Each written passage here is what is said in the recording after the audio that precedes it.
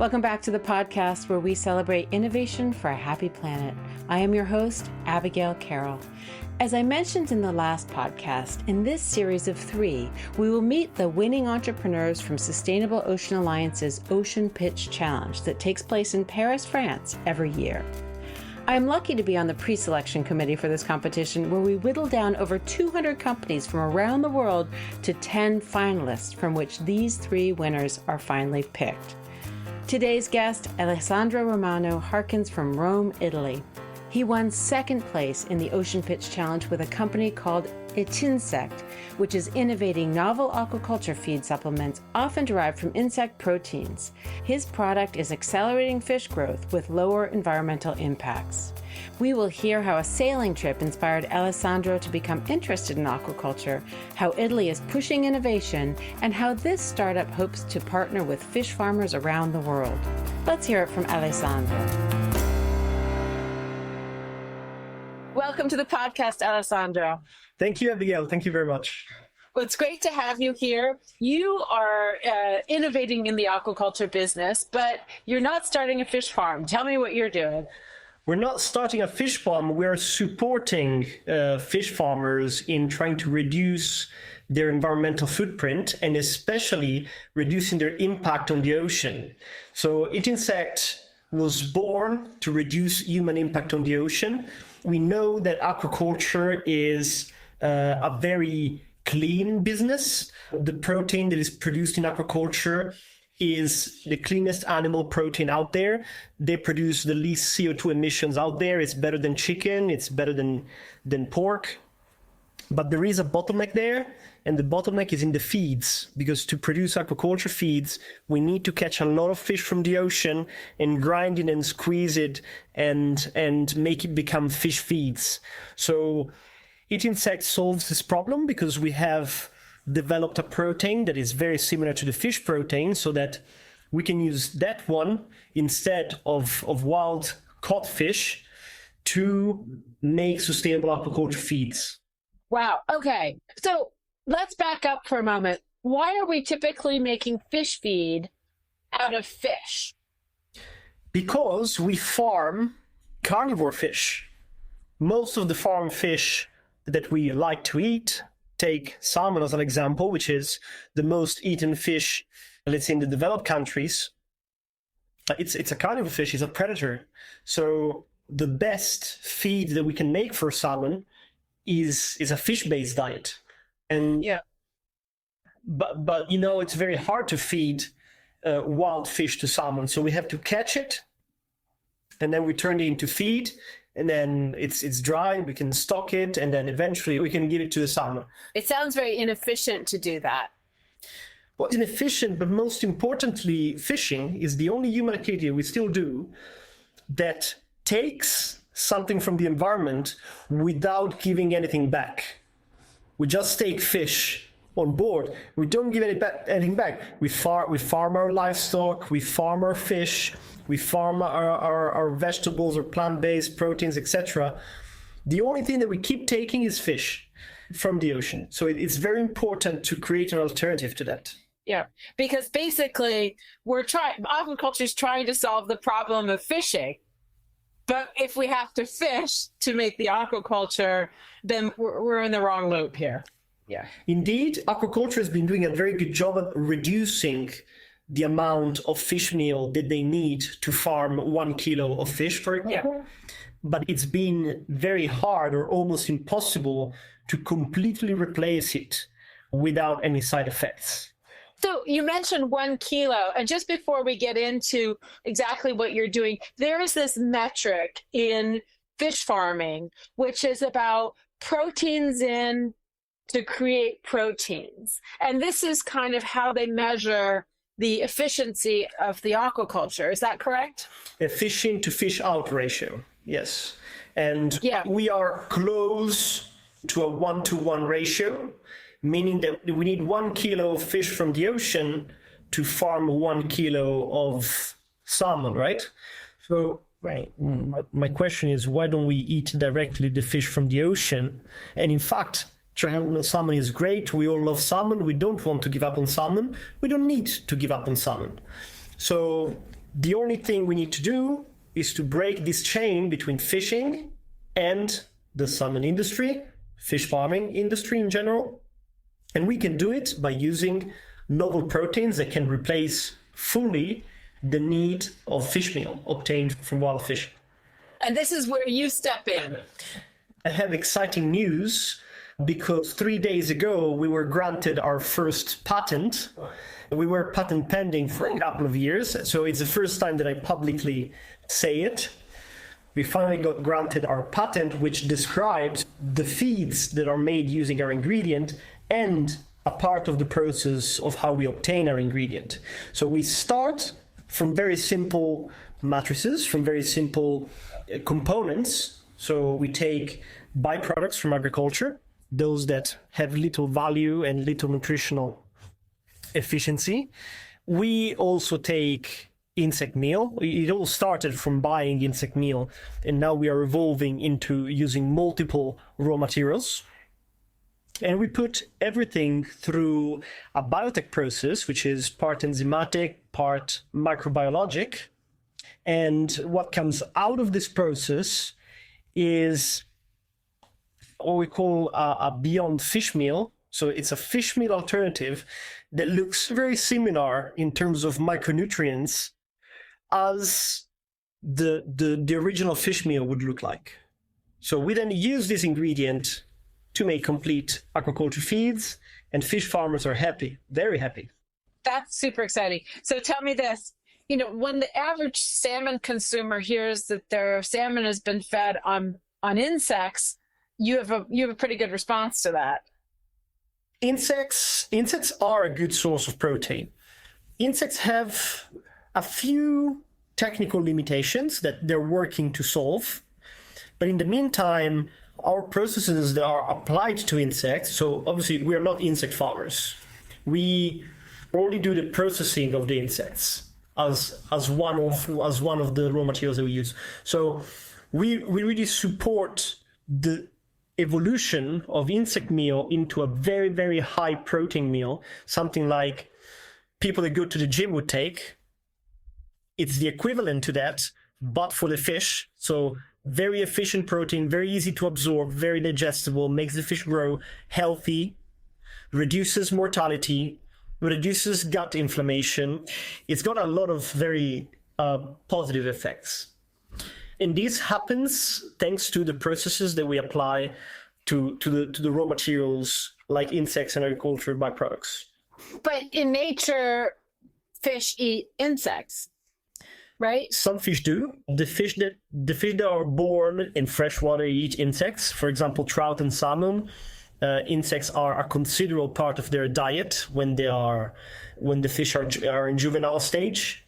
Then they go, and for example, salmon goes off to the ocean, so they don't have much to do with insects anymore, but they keep eating crustaceans, for example, which are cousins to insects, right? So there is a very close link, especially when the fish is young, between fish and insect. And I give you a very easy example. When we go fishing for salmon or for trout, we go fly fishing, right? Because salmon loves to eat blood. Right. So we know that if a salmon is eating a fly, it's a happy salmon, and it's a salmon that has been eating a healthy diet. Much like when you buy a steak and you know that steak comes from cattle that is grass-fed, which is their natural diet. When a salmon eats a fly throughout its life cycle, it means that it's been fed things that a salmon would eat in nature. So we are what we eat, right? So what they're eating has an impact on the flavor. How do you take that into account when you are creating this fish meal? We just listen to our customers, to the end consumers, right? So we create an ingredient. We know that when you feed something to a fish, the fish will start tasting like the lipid, so like the fat part of what you would feed the fish. So we are really focused on the protein part, and the protein doesn't really affect the flavor of the fish once it gets to our plate. Yeah. We did some testing. We tested with the largest Italian supermarket chain, and what came out of it is that because our feed are extremely well balanced, the fish has a really good texture in its fillet. It tastes very good. It's very nice to eat, and consumers love it. And they don't need to taste the difference, but if they had to taste the difference, they would find an improvement in the flavor of the fish. Wow, that's an amazing accomplishment. So, how did you get involved in this fish meal challenge? It all came from my passion for the ocean that I developed very young, thanks to my family mainly. And my whole career was really characterized by choices that brought me closer and closer to the ocean. So I was sailing almost professionally since I was very young.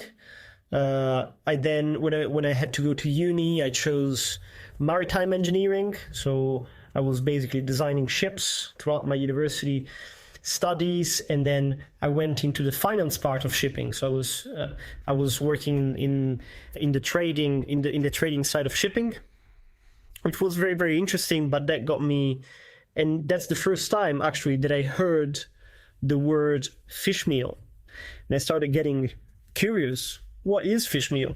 And I didn't find out until at least 3 years after, because when I decided to drop my job because shipping was having a big impact on the environment because of pollution, because of underwater noise, and a lot of different factors. I wanted, so from having a normal life in an office. I was working in Switzerland at the time, so I was absolutely having a comfortable life away from the ocean, but working, let's say, in contact with the ocean for the nature of the business.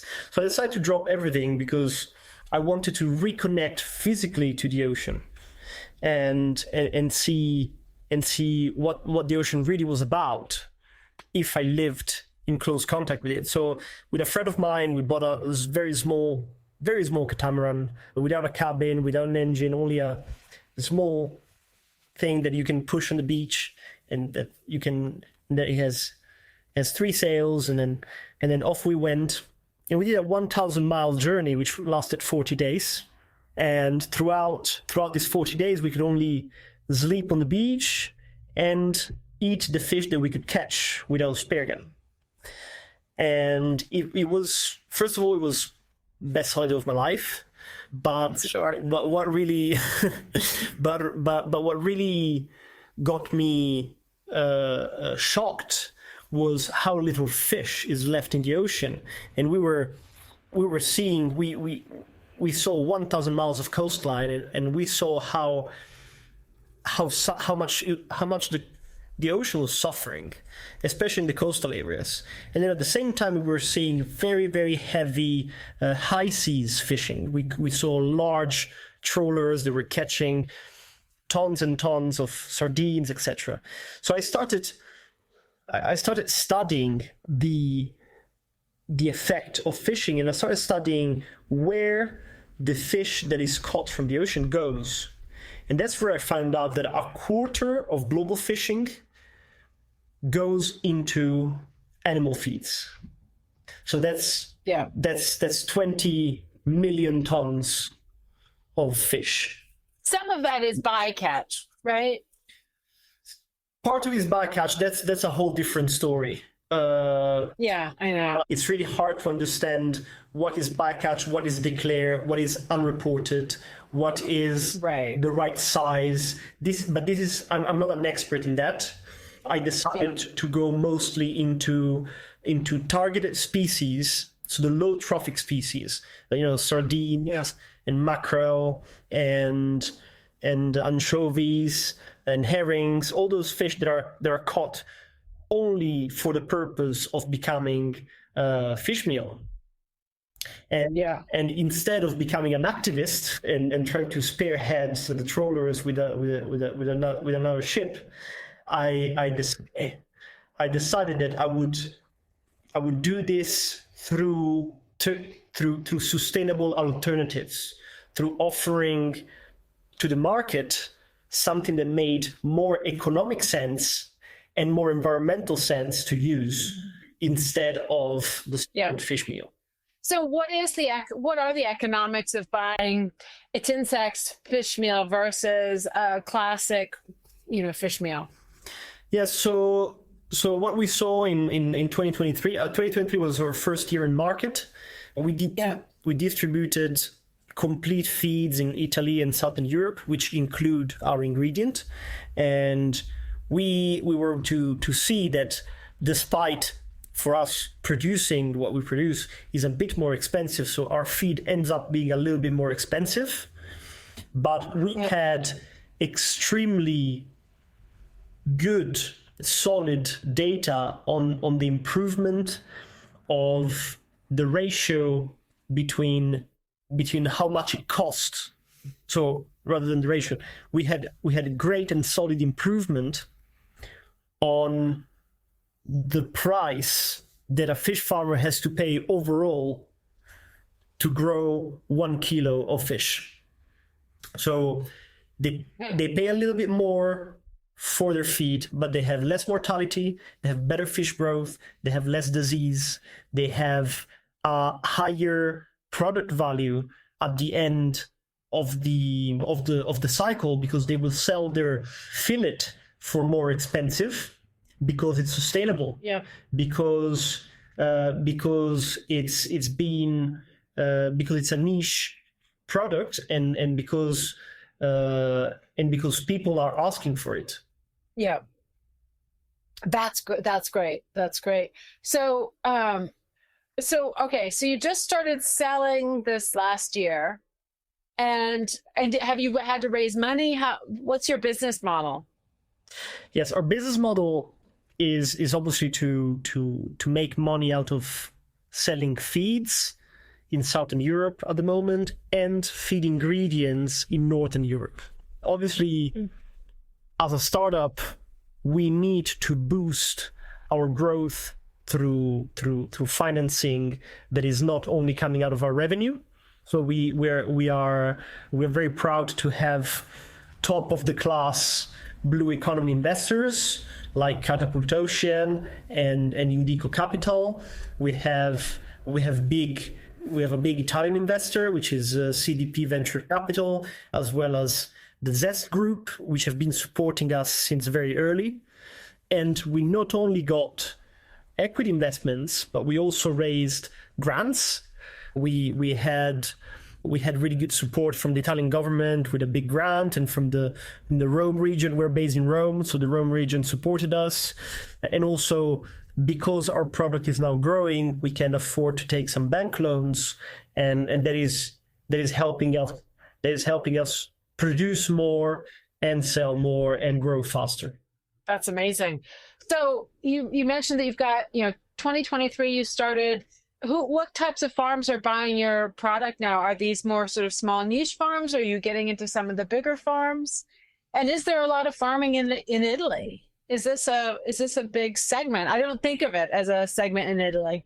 We started in Italy not only because we're based in Italy, but also because Italy is a strategic market for aquaculture. Italy is the largest producer of trout in the EU. It's the largest exporter of caviar in the world. And it's also one of the top 5 producers of sea bream and sea bass in the EU.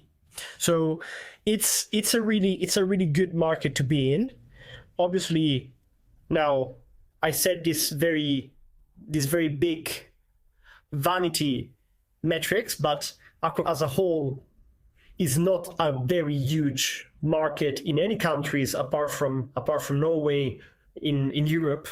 So obviously we are moving naturally towards Norway to give our support. Somehow we like to feel like we are supporting the growth of the salmon industry in Norway by giving the opportunity to use an ingredient that can replace fish meal. So that's really interesting that you are selling a full product in the Southern aquaculture market, but you're selling this very specific input in the Scandinavian market. Why is that? If I can ask. It's a matter of scale. We have the ability of making complete feeds in Southern Europe. The market is more fragmented. We also like to speak directly to fish farmers here. We like to, because it's our early market. We like to get direct feedback from them. We like to grow together with them. Whilst in Norway, the market is a lot more consolidated. Volumes are very, very high. Are very big. A salmon farm alone can make as much fish as basically all the trout farmers in Italy put together, right? So the scale is very different, and we're trying to give our contribution, but it's very hard for us in the short term or even in the medium term to take a considerable slice of the feed industry in Norway. And we don't want to. We really want to focus on our ingredient, on where we are strong, where we have the IP, where our biotech processes are. That's on the ingredient. Feed is only made to serve directly the fish farmers, but it's not our core. We'll be right back after a word from our sponsors. I'd like to thank Gulf of Maine Research Institute and Bold Ocean Ventures for their support of Happy Planet Podcast. GMRI and Bold Ocean Ventures have partnered to create a mission-driven venture capital fund supporting the growth of innovative, sustainable, ocean-related businesses. Listeners may remember Patrick Breeding, who was on our show last year to talk about Marin Skincare and its clinically proven formula that uses glycoproteins from Maine lobsters to treat eczema and dry, damaged skin.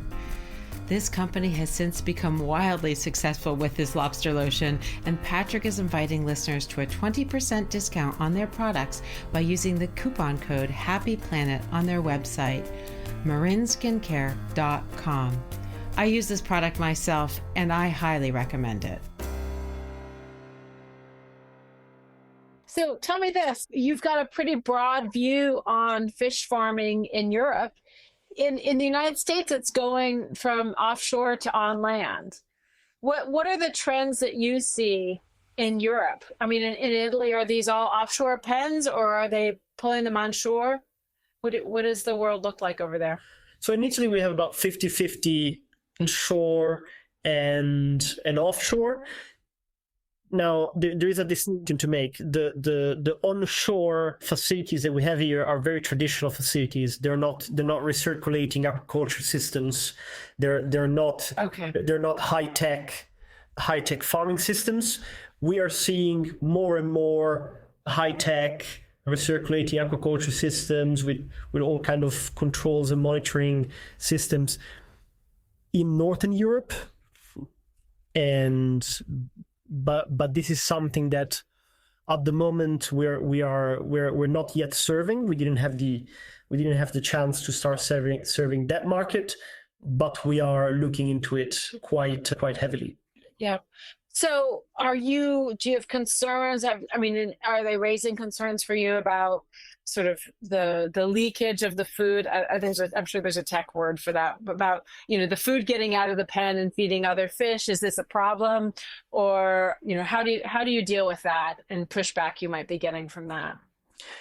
So if you talk about the impact that our feed can have once it's delivered to the fish, then we are in a very good position, because most of the negative effect that is made by a fish farm that is at sea is basically the droppings of the fish that are full of nutrients, and therefore they can cause damage to the quality of the water inside and outside the pen. Yeah. So our work in this field is really making our feed as digestible as possible, because the more the fish can absorb nutrients, the least nutrient will be dispersed into the waters. And fascinating. And this is where we have a very interesting value proposition, and we are working to become more and more digestible, and to help fish farmers reduce their environmental impact, not only towards the high seas and fishing and the fishing activity, but also on their local area. That's fascinating. So part of your job and your science has been to test the excrement of the fish to see how much of the proteins are lost through digestion. My dad once told me, don't become a marine biologist because you think you will go and play with the dolphins for all your life, but actually you're going to end up measuring fish crap. And so Wise word. So this is why I became a maritime engineer in the end, and now I'm an entrepreneur and I'm back to measuring fish crap. So, oh dear, it was my destiny eventually. That's hilarious. What business is your father in other than fortune telling? He's in a totally different business, but he wanted to be a marine biologist himself, and his father didn't let him. Oh man, that's funny. Okay, so we talked about money. You raised money. Are you raising more money? We are raising money. We are raising because we beat our own expectations. We were supposed to raise money later than today, but we are already raising because we're growing fast.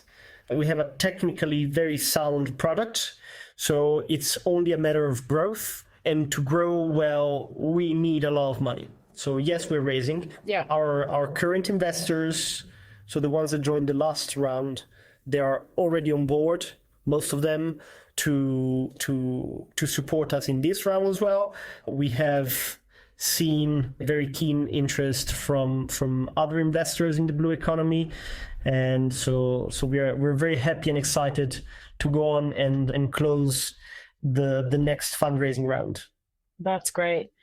So you're my first guest from Italy. I'm really excited. We're trying to, I think that's the 14th country in 50 episodes, so it's not terrible. People usually think of Italy as a holiday place rather than a business place. So I'm happy to represent the business side of Italy. Is Italy really a favorable environment for startups right now? There are a lot of positive points about having a startup in Italy. There is good financial support. There is an ecosystem that is nice to be in. We are a bit spread out because each town has its own few startups. So there are some organizations that make sure that all the startups meet every once in a while, so it's good, it's inspiring. We have in Italy a little bit of a lack of experience on startups in innovation, especially outside of the digital world. So we are a hardware startup, we are a biotech startup, and sometimes it's hard to get our message go through about time to market is longer, development of a product is longer, exit period is longer, and many Italian investors are not educated to support hardware and especially biotech startups. Most of them support digital and financial startups. I'll say that. Yeah, right. And it's funny, in France, they have lived there many years, and a startup traditionally has really meant something very specific, which is a high growth tech company that is software, and everything else is a small business. And I feel like now everything's become a startup, and so we have certain expectations of these startups that don't really make sense because they're not, they're not tech companies, they're not software companies. Scaling is hard. Scaling involves people and moving things, and they're great businesses. But we shouldn't forget that there's a difference in the growth cycle between a small business that grows, becomes a big business, and a high-flying software company. So my definition of a startup is a company that has a high tech content, a large tech content, and a large growth potential. So there is digital tech, which is the one that we normally call just tech, but biotech, clean tech, and all those, they are technologies. There is intellectual property around that. There is research around that, and so we are 100% startups. We become an SME once we stop growing, or once we stop developing IP. You will be absorbed by the time that happens. Okay. What do you think the seafood industry is going to look like in 10 years? I don't know, but what I hope is that we will start questioning where our fish is coming from, what's the value chain, and what's the food chain behind that fish. Fishing should be focused mostly on low trophic species.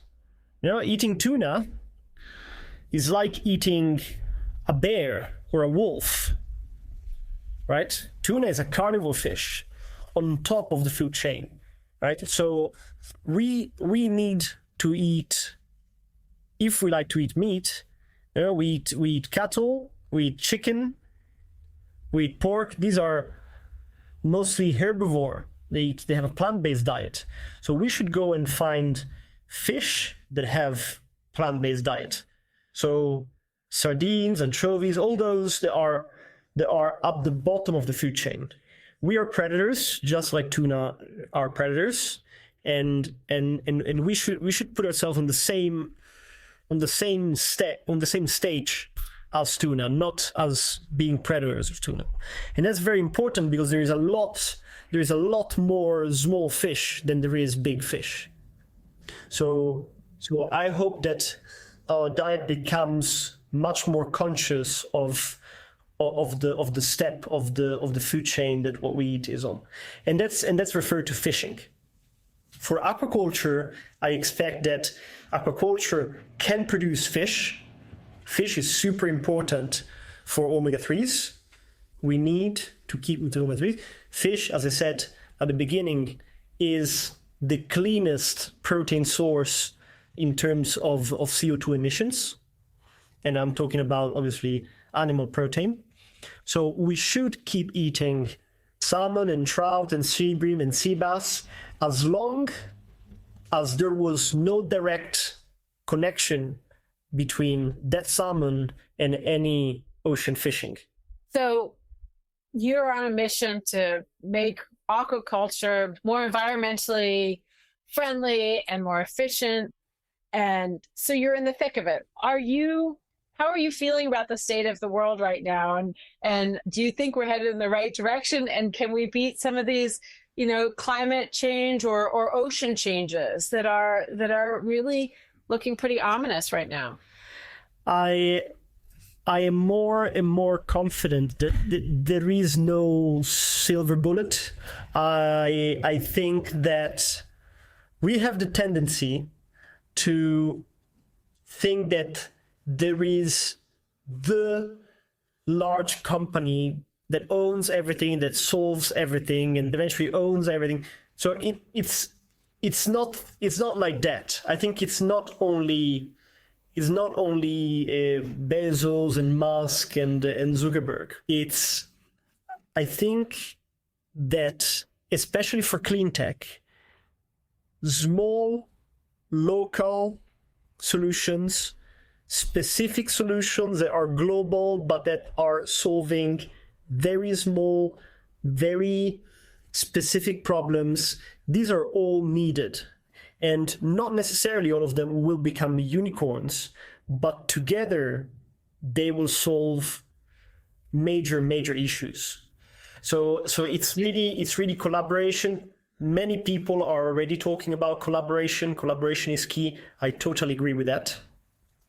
But it's very, very important that investors, that customers, that corporates don't only look for the future unicorn, but it's important that they look into investing in the right ecosystem, in startups that can work together towards making a better ocean ecosystem. And I talk about the ocean ecosystem because if we have an healthy oceans, we solved 70% of the problems of the world. Oceans absorb 30% of the world's carbon. Oceans produce 60% of the world's oxygen. You know, the Amazon forest is producing less than 10% of the world's oxygen. The oceans are producing 60%, right? Meaning that out of 10 breaths, we're breathing in ocean oxygen 6 times.